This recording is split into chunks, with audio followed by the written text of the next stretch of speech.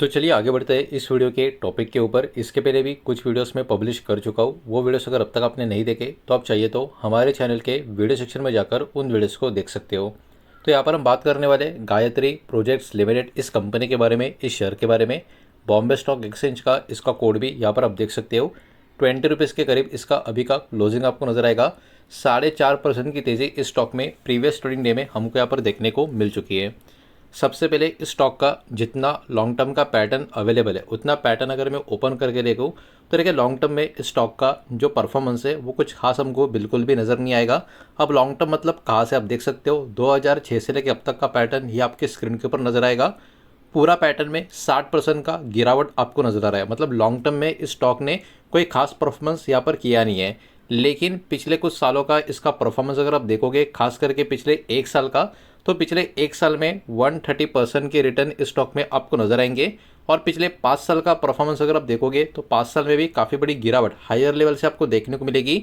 लेकिन यहाँ से अगर आप देखोगे 2023 से अब तक, तो 5 रुपये का स्टॉक अभी 20 रुपये के करीब ट्रेड करता हुआ हमको देखने को मिल रहा है। तो याद रखना, पिछले 3 साल या पिछले 3.5 साल स्टॉक ने काफ़ी बढ़िया परफॉर्मेंस करके दिखाया है। तो ये बात थोड़ी सी आपको याद रखनी होगी। अब आप लोग पूछोगे ये 3 साल हम याद क्यों रखें, तो इसका जो रीज़न है, प्रॉफिट एंड लॉस का स्टेटमेंट जब मैं आपको दिखाऊंगा तब आपको समझ में आ जाएगा कि ये स्टॉक 3-4 साल पहले 5 रुपये के आसपास का था और अभी यही स्टॉक 20 रुपये के करीब ट्रेड करता हुआ हमको यहाँ पर देखने को मिल रहा है।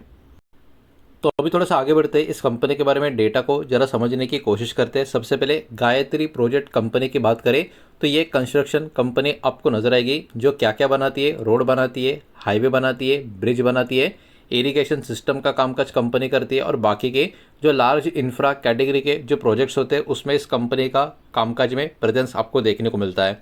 आप देखिए इस कंपनी का जो मेनली कामकाज है वो गवर्नमेंट और बड़े ईपीसी के जो कॉन्ट्रैक्ट्स होते हैं उसमें ही आपको नजर आएगा। मतलब कहीं ना कहीं ओवरऑल इस कंपनी का जो डिपेंडेंसी कहीं ना कहीं थोड़ा बहुत गवर्नमेंट के कामकाज के ऊपर आपको देखने को मिलेगा। इतना ही नहीं, कंपनी एक्चुअली ये जो इंसॉल्वेंसी के थ्रू भी गुजरती हुई हमको देखने को मिली है। तो कहने की कंपनी ने काफ़ी खराब टाइम कुछ सालों पहले देखा भी है और वहाँ से कंपनी बाहर निकल कर आई है। कंपनी का कर्जा भी कंपनी ने काफ़ी कम करके दिखाया है। कंपनी का ट्रेडिंग भी फिर से रिज्यूम होता हुआ देखने को मिला है और कंपनी अब कहीं ना कहीं बहुत ही अच्छा खासा काम करती हुई फिर से देखने को मिल रही है। और पिछले कुछ समय के कंपनी का जो ग्रोथ हो रहा है, स्टॉक भी पिछले 3-4 साल से काफ़ी अच्छा खासा चल रहा है। इसमें कंपनी का जो प्रोजेक्ट पाइपलाइन है, मतलब जो ऑर्डर बुक है, वो भी लगातार ग्रो होती हुई देखने को मिल रही है। 5,500 करोड़ का कंपनी का ऑर्डर बुक भी अभी के टाइम हमको देखने को मिल रहा है। तो देखिए एक बहुत ही बड़ा रीज़न है कि स्टॉक पिछले कुछ सालों से काफ़ी अच्छा परफॉर्म करता हुआ देखने को मिल रहा है। बिकॉज कंपनी के पास ऑर्डर्स भी काफ़ी मजबूत देखने को मिल रहे हैं और कंपनी का जो प्रॉफिट है वो भी ग्रो हो रहा है। प्रॉफिट जो ग्रो हो रहा है वो मैं धीरे धीरे अभी एक एक करके वीडियो में आपको बताने वाला हूँ। अब सबसे पहले बात कंपनी के करंट ऑर्डर बुक की अगर हम करें तो कंपनी का जो डेटा पब्लिकली अवेलेबल है उसके हिसाब से कंपनी का जो करंट ऑर्डर बुक है उसका जो अप्रोक्स नंबर है वो 5,500 करोड़ का यहाँ पर निकल कर आता है। इसका मतलब कंपनी का जो रेवेन्यू विजिबिलिटी है आने वाले समय के लिए वो कहीं ना कहीं काफ़ी अच्छा खासा कहीं ना कहीं हमको यहाँ पर देखने को मिलता है। और कंपनी का जो बिजनेस है कंस्ट्रक्शन कैटेगरी में कंपनी का जो अलग अलग एक्सपोजर कंपनी यहाँ पर जो प्ले करती है, इसके कारण फ्यूचर ग्रोथ थीम इससे जो कनेक्टेड होगी वो कौन सी होगी, तो ऑब्वियस सी बात है इंफ्रास्ट्रक्चर। देखिए अभी के टाइम हमारा कंट्री पिछले कुछ सालों से इंफ्रास्ट्रक्चर के ऊपर बहुत बड़ा फोकस कर रहा है, जहाँ पर इस कंपनी का भी काफ़ी बढ़िया प्रेजेंस आपको नजर आएगा। तो ये भी कहीं ना कहीं फ्यूचर ग्रोथ थीम का एक हिस्सा आपको नजर आएगा। रोड हाईवेज में कंपनी का प्रेजेंस है, रेलवे में है, इरिगेशन कॉन्ट्रैक्ट्स में, गवर्नमेंट का इंफ्रा स्पेंडिंग के ऊपर है, ईपीसी प्रोजेक्ट पे। तो कहने की कंपनी वेल कनेक्टेड आपको देखने को मिलेगी। जो फ्यूचर ग्रोथ थीम कहीं ना कहीं यहाँ से हमारे कंट्री की ग्रोथ फैक्टर में भी रोल प्ले करती है उसमें।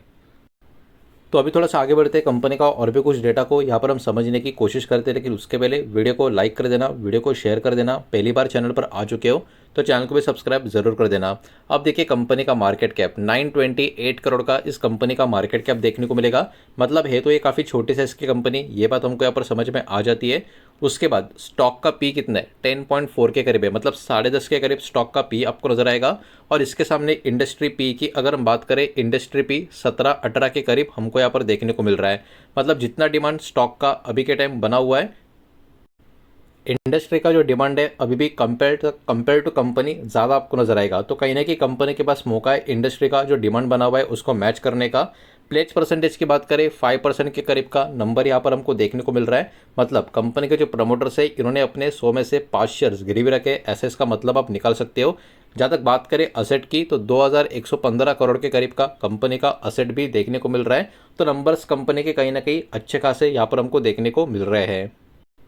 अब थोड़ा सा आगे बढ़ते और चेक करते इस कंपनी का प्रॉफिट एंड लॉस का स्टेटमेंट, कंसोलिडेटेड फिगर चेक करेंगे और जो भी नंबर होंगे करोड़ में होंगे। अब देखिए कंपनी इंसॉल्वेंसी से बाहर आती हुई देखने को मिल रही है। कंपनी का ऑर्डर बुक भी काफ़ी मजबूत हो चुका है, लेकिन कंपनी क्या सच में प्रॉफिट कर रही है या नहीं ये भी देखना उतना ही इंपॉर्टेंट होता है। अब देखिए पिछले कुछ सालों का नंबर यहाँ पर हम चेक करेंगे ईयर ऑन ईयर के हिसाब से, मतलब हर एक साल का डेटा। पिछले 4 सालों का नंबर यहाँ पर हम कंपनी का चेक करेंगे, जो अपने आप में काफ़ी शॉकिंग यहाँ पर आपको देखने को मिलेगा। 4 साल पहले कंपनी का लॉस देखो कितना था, 1500 करोड़ के करीब कंपनी का लॉस था। मतलब ये वाली कंपनी आज से ठीक 4 साल पहले काफ़ी डेंजरस लॉस में थी और उस समय स्टॉक का प्राइस 3 रुपया, 4 रुपया, 5 रुपये के आसपास था, जो हमने चार्ट में स्टार्टिंग में देखा था।